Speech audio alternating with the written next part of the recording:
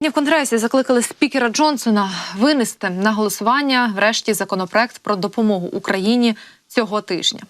Американські законодавці закликали спікера Палати представників все ж таки винести на голосування питання допомоги Україні. За їхніми словами, інакше це питання може бути розглянуто тільки після 9 квітня. Про таке пише американське видання The Hill. Палата представників повертається до роботи у вівторок, тобто сьогодні, 19 березня. Засідання нижньої палати заплановані всього на 4 дні перед двотижневими канікулами Конгресу. Тому законодавці закликали спікера Майка Джонсона перенести голосування про додаткову допомогу Україні на цей тиждень. Оскільки час минає, потрібно, аби законопроект щодо національної безпеки, який підтримують обидві партії, перетнув фінішну пряму до 22 березня, заявив лідер меншості в Палати представників Хакім Джефріс. А колишня спікерка, знову ж таки, Палати представників Ненсі Пелосі також закликала Джонсона перенести голосування. Ми не можемо повернутися додому на Песах і Великдень. Ми повинні надати цю допомогу Україні. Однак Джонсон заявив, що пріоритетом є затвердження бюджетного законодавства. Я нагадаю, що всередині лютого Сенат США у фінальному голосуванні все ж таки підтримав законопроект, який передбачає допомогу Україні, Ізраїлю і Тайваню у розмірі 95 мільярдів доларів. З них 60 мільярдів – це допомога для України. Того ж дня спікер Палати представників Джонсон вкотре розкритикував пропозицію Сенату. Він заявив, що поки не збирається виносити на розгляд підтриманий Сенатом законопроект. Через кілька днів Палата представників Конгресу США пішла на канікули, так і не ухваливши допомогу Україні. Тепер, власне, як заявлялося, після цього, точніше, це питання могли розглянути не раніше середини березня. Ну і наприкінці лютого, після зустрічі з президентом США Джо Байденом у Білому домі, Майк Джонсон заявив, що, цитую, своєчасно винесе на голосування продовження допомоги Україні. Байден же під час зустрічі з лідерами обох партій Конгресу наголосив на нагальній необхідності виділення допомоги України. Більше того, спікери 23 парламентів і глава Європарламенту Роберта Мецола 28 лютого звернулися до Джонсона із закликом винести законопроект на розгляд. Наступного дня він заявив, що Палата представників не розгляне питання про виділення допомоги Україні до того, як уряд США отримає фінансування.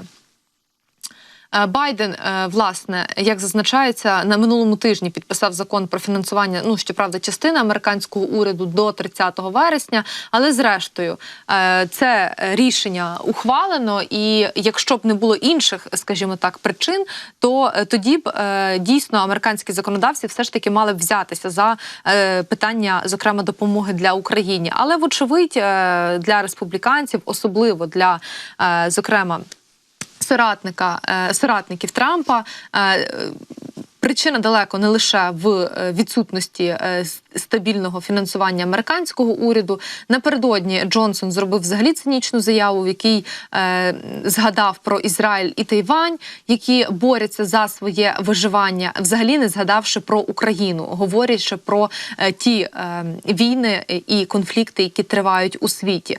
Ми ж розуміємо, що Україна зараз протистоїть наймасштабнішій агресії на континенті, веде найкривавішу війну на континенті, можливо, і не лише на континенті, а й загалом у світі в даний проміжок часу. І в цьому контексті не згадувати Україну, український народ, проти якого російський агресор чинив і продовжує чинити геноцид, це дійсно дуже цинічно прозвучало все це з уст спікера Палати представників. Але ми розуміємо, що це питання стало заручником, власне, передвиборчої гонки у Сполучених Штатах. І Трампу та його команді дійсно дуже вигідно на цьому спекулювати для того, аби максимально критикувати своїх опонентів, демократів і представника цієї партії Джо Байдена. І, власне, на фоні, так би мовити, невдач демократичної партії Трампу було б простіше виграти вибори. До речі, стосовно виборів, то тут треба розуміти, що так само і зокрема, зараз обговорюються інші варіанти стосовно допомоги Україні. Спочатку цю тезу активно підтримав Трамп, а тепер ми бачимо, що ці ідеї ширяться в американському конгресі. Як пише Політіко, республіканці хочуть оформити частину допомоги Україні у вигляді кредиту.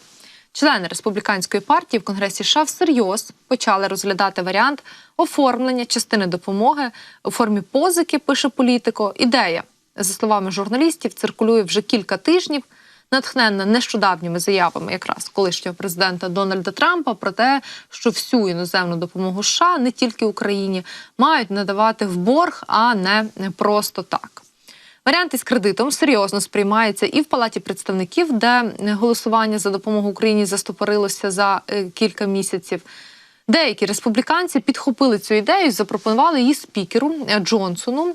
Той, за словами людей знайомих із переговорами, порадив їм скласти пропозицію, перевірити ґрунт разом зі своїми колегами з республіканської партії. Ну а вже потім, якщо буде схвалення, то приступити до реалізації. Як пише Політіко, є надія, що варіант кредиту може стати життєздатною альтернативою для республіканців, які вже кілька місяців заплутуються і самі собі суперечать в цьому питанні, заявляючи протилежні речі.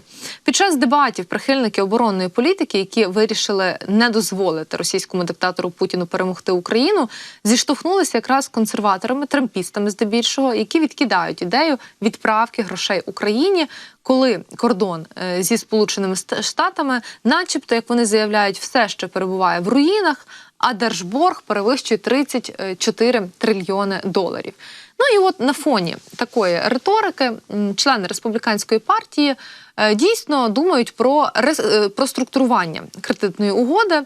Раніше зазначу, що президент Джо Байден запросив для України 60 мільярдів доларів, хоча більша частина цих грошей, як вже багато разів пояснювалося, буде повернута назад в американську оборонно-промислову базу. Зброю в кінцевому підсумку отримає Україна, але гроші підтримують американські робочі місця і наростять потенціал американського арсеналу. Лише 12 мільярдів доларів з цих грошей підуть безпосередньо в Україну. Республіканці ж стверджують, що якщо взяти цю суму і перетворити її на своєрідний безвідсотковий кредит, то це не тільки дасть змогу отримати вкрай необхідну допомогу на передовій, а й заспокоїть Трампа і порадує, власне, електорат республіканської партії.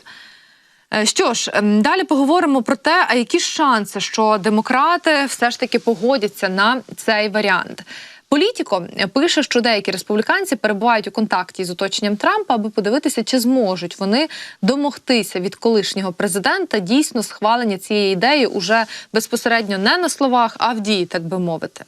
Якщо це так, республіканці могли б спробувати назвати цей пакет безпрограшним, підтримка американської оборонної промисловості і новий прецедент надання іноземної допомоги у вигляді кредиту, а не подарунка, як того вимагає фактично їх потенційний кандидат.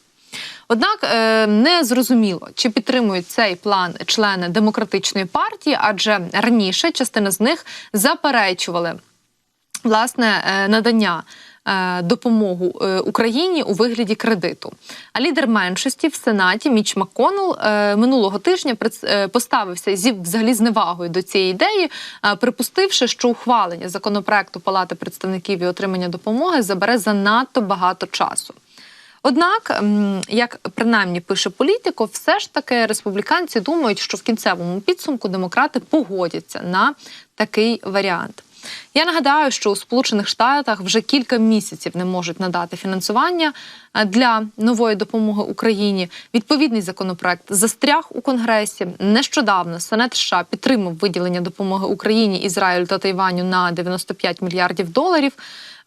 І для того, аби такий законопроект набув чинності, необхідно його підтримати і у Палаті представників.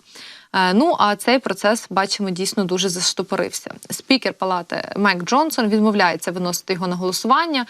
Він хоче, аби, як я вже казала, допомогу Україні розглядали у прив'язці до грошей на захист кордонів від мігрантів. При цьому республіканці Палати почали розробляти власний законопроект щодо допомоги Україні. Він передбачає дійсно виділення невоєнної частини допомоги у формі кредиту. Також вчора сенатор від республіканської партії Ліндсі Грем заявив, що спікер Палати представників зараз шукає варіанти, як забезпечити ухвалення Конгресом нового пакету американської допомоги для України.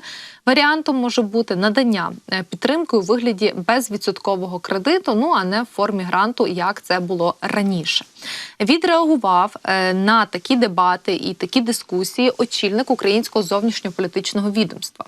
Дмитро Кулеба повідомив, що Київ не шокований пропозицією республіканців передати Україні допомогу у вигляді кредиту. При цьому, за його словами, українська сторона ще не бачила деталей цієї пропозиції. Під час брифінгу сьогодні Кулеба заявив, що Україна вже отримає підтримку у різному вигляді, як грантову допомогу, так і допомогу у вигляді позик. Ми не шоковані пропозицією зі Сполучених Штатів Америки.